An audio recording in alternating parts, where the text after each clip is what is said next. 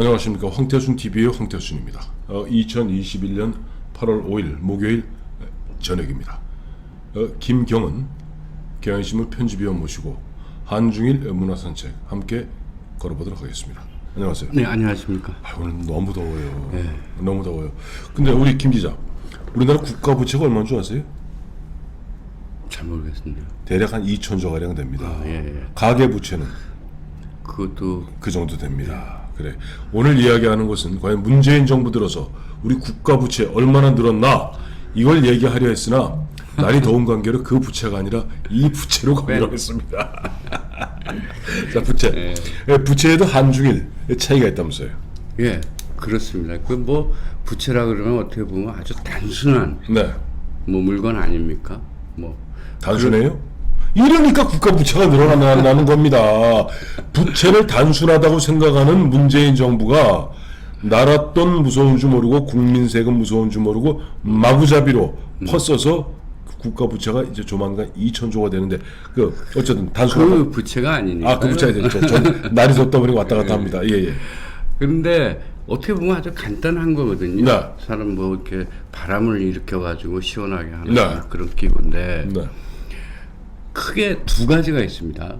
부채가 하나는 이렇게 손에 쥐는 접어서 쥐는 접선이라는 게 있고 접었다 폈다 하는 부채가 접선이 있고 접선. 하나는 손잡이가 자루가 있는 그 방구 부채라고 하죠. 네, 방구 부채라고 하죠. 우리 보통 보면 단선. 이렇게 돼갖고 여기 뭐 그림 같은 거 그려 있고 이렇게 붙이는 거. 근데 접을 수는 없습니다. 예. 그런데 이 접선을 예를 들면은 네. 우리나라 것은 이게 굉장히 촘촘하게 부채 살이 돼 있습니다. 네.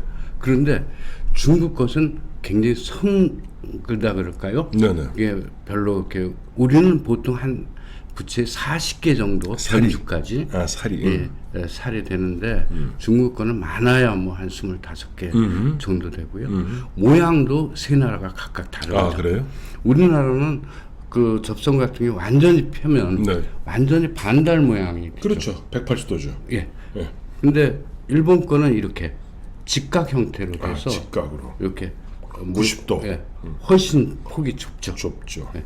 중국 거는 그 중간 정도 중간에 좀 되고. 또 우리 거는 완전히 부채 살이 보이는 데 반해서 네. 일본과 중국 것은 보이지가 않습니다. 왜 그러냐면은 우리는 한쪽만 붙이잖아요. 예. 종이로 붙이는데 네. 중국이나 일본은 양쪽을 다 붙이기 때문에 살이 안 보이죠. 예, 그렇습니다. 그래서 바람의 세기도 네, 다르다면서요. 다릅니다. 일단은 일본 거 같은 경우 이렇게 폭이 좁으니까 네네. 그걸 붙이면 뒤에 소용돌이가 생겼어요. 그게 바람의 세기가 죽는답니다. 예. 그리고 중국 것 같은 경우는 어떻든 두 겹을 또 양지로 주로 쓴답니다. 당지를 쓰지 않고. 네네. 그래서 이게 매우 두꺼워갖고 무겁고 예. 두껍기 때문에 네. 이게 바람이 밀린다는 거예요. 그래서 그 실험을 한번 해봤는데 네. 촛불을 일렬로 쭉 세워가지고 각각의 이제 부채로 이렇게 한 번씩 이렇게 했습니다. 그러니까 기계로 했겠지. 왜 그 사람이 하면 강도가 감정이 들어가니까. 네, 강도가 다르니까. 그러니까 기계 똑같은 걸로 흔들었을 때 한중일 부채가 촛불 몇 개까지 끄느냐. 예. 제일 많이 6개를 세웠는데 우리 게 네. 5개를 끄고. 또 중국 거는 3개를 일본 거는 4개를 했는데 네. 일본 거는 소용돌이가 생기기 때문에 중간에 하나가 뛰어넘고 4개가 꺼지는 겁니다. 그런 차이가 있더군요. 그래요. 자, 부채 한중일한데 과연 어느 나라에서 역시 중국이 제일 먼저 썼겠죠? 그건 아닌 것 같습니다. 그래요? 아무튼 유적으로 보면 네. 우리나라 게 가장 오래됐습니다. 덕호리 1호라고 예. 이제 그 경남 창원에 있는 네네. 고분인데요. 네. 거기에서 부채의 자루가 발견이 됐습니다. 근데 그 고분은 가야라는 게 옛날 이제 고대 국가인데 네네. BC 1세기에서 한 6세기경 있던 것으로 그렇죠. 이야기를 하잖아요. 그렇죠. 왜냐하니까 그 마지막 가야가 이제 멸망하면서 가야가 멸망하면서 그 다음에 그 후손이 김무력, 김서연, 김유신 이렇게 이어지거든요. 그러니까 대략 한 맞습니다. 한 500년경 그러니까 6세기경이죠. 이제 그 어느 때일 거고요. 또 고구려 벽화 중에 덕흥리 네. 구분이 있지 않습니까? 네네. 안악 사무. 네네. 거기에 무덤의 주인이 동주라는 사람으로 추정을 하고 있는데 네네. 네. 그 사람이 이 부채를 들고 있습니다. 깃이 달려 있는 부채, 깃으로 만든 털 깃을. 그러니까 그러니까 우리 저 요즘도 그 뭡니까 미드가 아니 중드구나 중드. 중국 드라마 중화 TV 이런 거 보면 제갈공명 나오잖아. 그 제갈공명 나오면 제갈공명 탁 의자에 앉아고 그렇게 부채로 흔들는데 그 부채가 종이로 만든 게 아니라 깃. 그저 새 깃털 갖고 만져 중달. 그래서 제가 중국이라고 얘기를 하지 않은 이유가 네. 제갈공명에 살았을 때는 이제 뭐 그때 언제입니까? 한 2세기에서 3세기 아닐까요? 2세기 말 3세기 초. 그쯤으로 봐야죠. 그런데 그 나관중이가 쓴 이제 소설이니까 네. 삼국지연이가 그 원말 명초죠. 그러니까 그거를 어떤 유적으로 볼 수 없어서 네. 제가 뭐 그렇게 얘기를 한 것입니다. 그래, 그 말 잘했습니다. 우리가 보면은 저 관우 운장, 관우 운장이 들고 다니는 눈이 안 좋으세요? 이러시면 안 되는데 관우 운장이 들고 다니는 그 칼이 무슨 칼이에요? 칼? 그러니까 관운장이 쓰는 칼. 그 칼. 무기. 큰 거. 청령 언월도지. 청령 언월도지. 근데 청령 언월도를 갖다가 가 보면은 관우가 그뭐 82군의 청령 언월도를 갖다가 휘두르고 또 요즘 중드 뭐 요즘 보니까 뭐 신삼국진이 뭐 삼화중달 이런 거 보면 뭐 관우를 비롯해서 모든 장군들이 다 언월도를 써요. 큰 언월도 이렇게 휘어 있는 거. 땡. 미안하지만 기원후 2세기 3세기 때는 우리 그 당시 중국의 그 야금술로 언월도를 못 만들겠죠. 못 만들었습니다.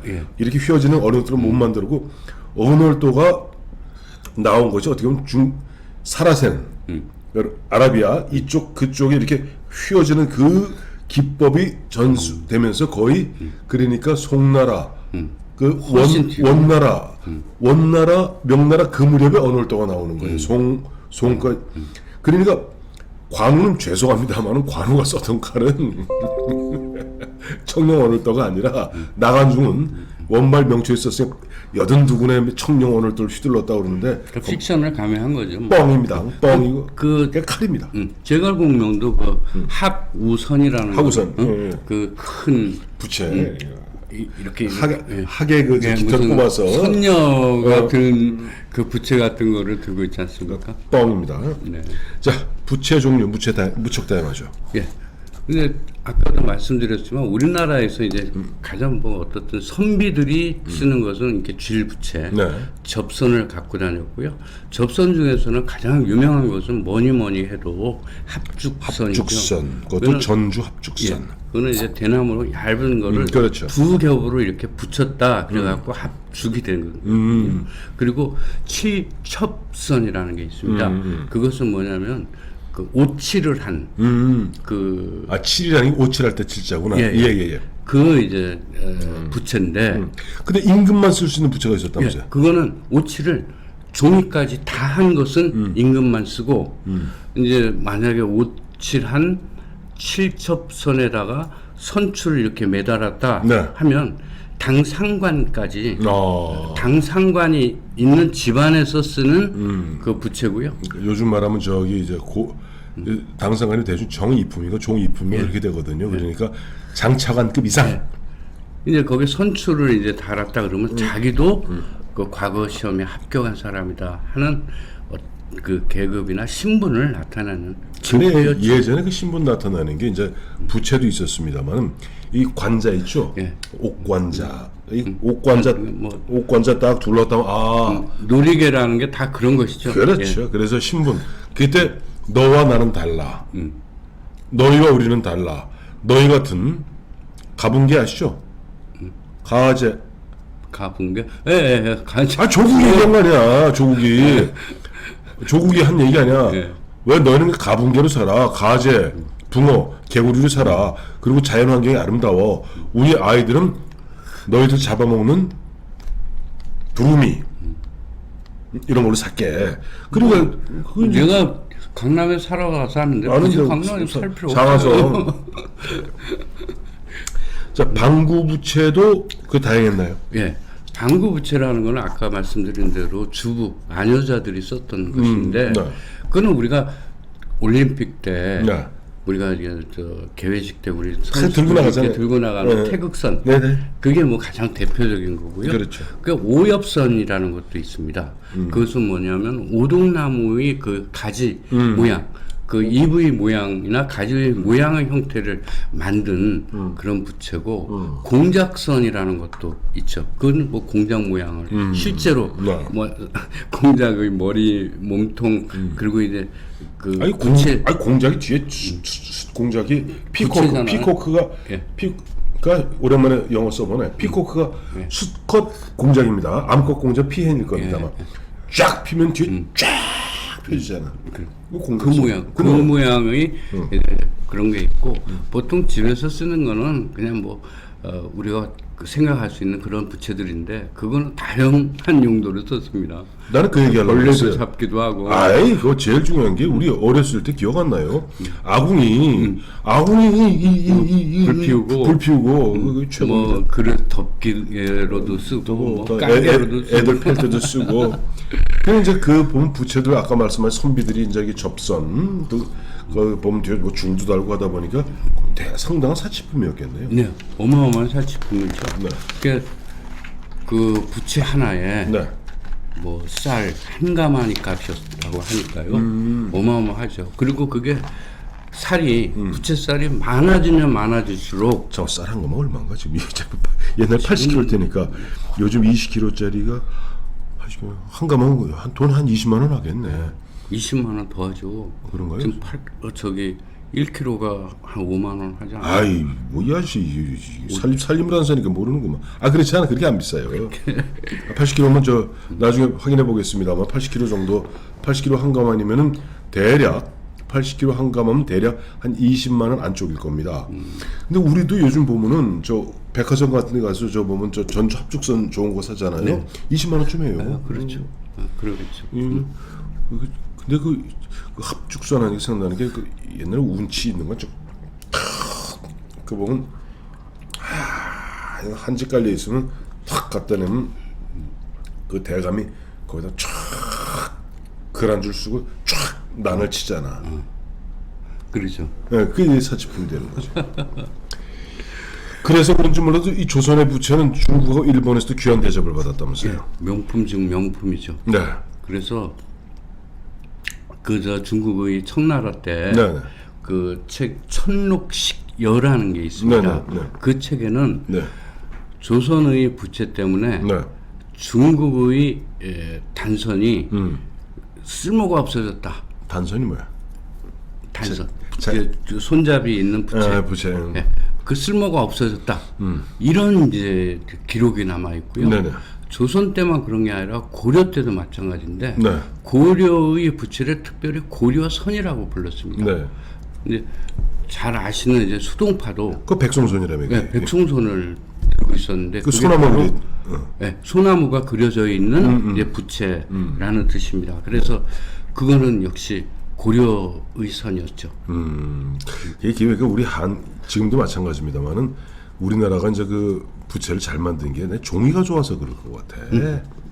그것도 중요한 이유 중에 하나죠. 네, 종이가 우리 한국의 종이가 참 좋잖아요. 요즘은 그 맥이 많이 끊겼습니다만은 지난번에도 한번 다뤄주셨죠. 현재 지금 우리 전통 그 한지 제조 기법은 다 거의 다 사라졌고 일본 거 아니면 해외 거란 말이에요. 근데 원래 전통적으로는 삼국 중에서 조선의 종이를 최고로 쳤거든요. 쳤습니다. 그러니까 종이가 원체 질기고 좋기 때문에 그 종이로 바른 뭐 황실도 도배를 우리 한지로 했으니까. 그러니까 그 합죽선이 시원하고 가볍고 네, 그렇죠.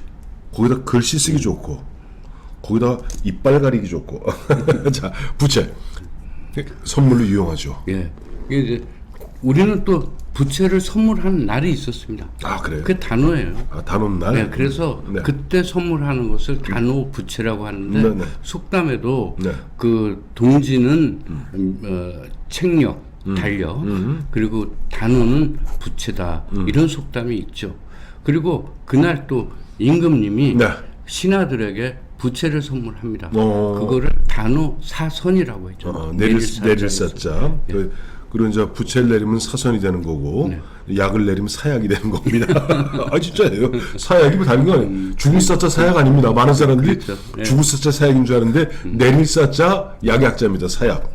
자 일본과 중국도 마찬가지라면서요. 선물은 부채 선물. 근데 일본은 네.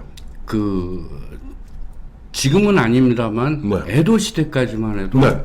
정월 초하룻날 네. 의 부채를 선물했습니다. 아 그랬군요. 그 우리가 약간의 차이가 나는데 네. 그것은 뭐냐면 네. 제가 왜 딴짓하는 줄 아세요? 하도 궁금해서 쌀 80kg가 얼마짜리인지 찾아보려고 지금. 한번 찾아보세요. 예, 얘기하세요. 예, 그 부채를 정월 초하룻날 한 것은 뭐냐면 네네. 이 부채에 신령한 힘이 있다. 네네. 이렇게 믿어서 그 정월 초하룻날 선물을 받으면 네. 그 가족의 평안과 그 행복 네. 이런 것들이 온다 이렇게 해서 그렇게 했죠. 네, 요즘은 쌀 80kg, 요즘 옛날 같이 감안하면 20kg, 20kg를 한번 보시죠. 20kg가 지금 쌀 20kg가 보통 4만 한 5만 5천 원짜리도 있고 4만 6천 원짜리도 3만 천 대략 한 4, 5만 원 수준입니다. 그러니까 80kg면 4배 잡으면 한 20만 원. 20만 원 정도 하는군요. 아, 틀리면 어떡하나 싶었네. 그래서 예전부터 유명한 얘기 있잖아요. 쌀 한 가마, 이게 80kg, 옛날 가마 한 가마 80kg였으니까 그것이 아주 고급 신발 값하고 같고 흔한 이야기로 남자들이 그 당시 이제 바람 필 때 밖에서 여자 살 때 그 여자 사는 값이 바로 쌀 한 가마, 그다음에 구두 한 컬레 값하고 같더라. 별 얘기 다 한다. 자, 왜냐면 신랑 부채도 거기 하나 넣어주세요. 부채도 하나 넣겠습니다. 자, 뭐 좀 여자 신랑 신부 보면 우리 결혼식 할 때 얼굴 가리잖아요. 그 왜 그랬어요? 그 부채로 이제 가리는 거를 차선이라고 하는데 차단한다. 예. 근데 이제 결혼식 이제 중간에 네, 이제 부채를 걷죠. 네, 그것은 뭐냐면 서로의 동정을 이제 서로 이제 나눴다. 체스티티, 정조, 상징적인 어. 예. 체스트 벨트죠. 그거를 이제 얘기를 하는 것이고 네, 일본도 그런 풍속이 있는데요. 일본은 그것도 물론 뭐 전통 혼례입니다만 네네. 그 부채를 들고 있습니다. 부케 대신에. 오, 그것은 뭐냐면 이 부채가 그 결혼한 신혼 부부들의 미래를 뜻한다고 해서 그렇고요. 그거는 헤이안 시대 때부터 내려오던 풍습인데 그 결혼하고 나면 서로 그 부부가 옛날에 결혼 전에 썼던 부채를 서로 바꿔서 갖고 있었답니다. 그것이 이제 결혼식 때 이렇게 부채를 드는 걸로 됐고요. 지난번에 왜 나루이토인가요? 그 즉위식 할 때 그 입었었던 그 누구죠? 무슨 그 여왕 이름이 마야코 부인? 저 남의 부인 관심 없습니다. 마야코 왕비가 예. 그때 뭐죠 니주 히토엔가 그 옷을 12겹이나 되는 옷을 입고 손에 들고 있었던 게 부채입니다. 그래요. 근데 일본 얘기하니까 일본은 저 보면 일본 사람들 보면 예전에 요즘은 참 그 모습을 보기 어려운데 요즘 그 바둑을 두면은 옛날 맛이 안 나. 예전에 우리 저 조훈현, 조치훈 이런 바둑 착 아니 그래서 부채를 촥 하고 우리는 조치훈, 조훈현 같은 특히 조치훈 같은 경우는 제일 교포 아니에요? 그러면 그 사람들은 그 5시간 더 10시간 바둑도 딱 무릎 꿇어 앉아서 딱 그 저 뭐 육하다 같은 거 딱 있으면 딱 또 부채를 옆에 딱 놓더라고. 부채 놓는 게 이렇게 놓는 거 이렇게 놓는 게 다르다면서요? 네. 부채는 반드시 이렇게 놓습니다. 걔네들 젓가락 놓듯이 앞으로 이렇게 놓는 거예요. 이렇게 놓습니다. 왜요? 그거는 뭐냐면 그 쉽게 얘기해서 이 부채의 기능 중에 여러 가지가 있는데 하나가 지휘관의 기능도 있잖아요. 지휘봉. 예. 뭐 아까 저기 얘기도 재관량 얘기도 했지만 그게 이제 지휘봉의 역할도 하는데 네. 아랫사람은 자기보다 높은 사람이 있을 때 부채를 무릎 꿇은 자리 앞자리에다가 앞자리. 이렇게 놓습니다. 그것은 뭐냐면 스스로 지휘봉을 내려놨다는 뜻이고 네가 나보다 높다. 높다는 것에 대한 예의 표시고 그것이 다도에도 적용이 되는데요. 다도 때도 그 부채를 갖고 있는 경우에는 부채를 또 이렇게 놓습니다. 그러니까 이렇게 옆에다 딱 놓으면 이거 건방 떠는 거네. 이거는 안 되죠. 그건 뭐냐면은 지난번에 젓가락 말씀할 때도 드렸지만은 네네. 이것은 이렇게 놓는다는 것은 그 위험의 신호가 되기 때문에 그렇습니다. 부채도 같은 것입니다. 그래, 부채 아까 기능 중에 하나가 무기입니다, 사실은. 그저 합기도, A기도인가 뭐 합기도가 보면 원래 일본의 이제 궁중무술에서 나왔다 그러거든요. 거기 보면 부채 격법이 있습니다. 부채로 사람 때리기도 하고 부채로 상대방 들어오면 부채로 맞기도 하고 그리고 부채를 이렇게 놓는다는 것은 유사시에 널 치겠다는 얘기죠. 결투를 얘기하는. 그러니까. 그러니까 다도에서는 그게 이제 겸손의 표시로 이제 그게 의미가 조금 변형됐습니다. 그래요. 오늘 날도 덥고 우리나라 국가 부채도 늘어나서 부채에 대해서 한번 세게 알아봤습니다. 감사합니다. 감사합니다.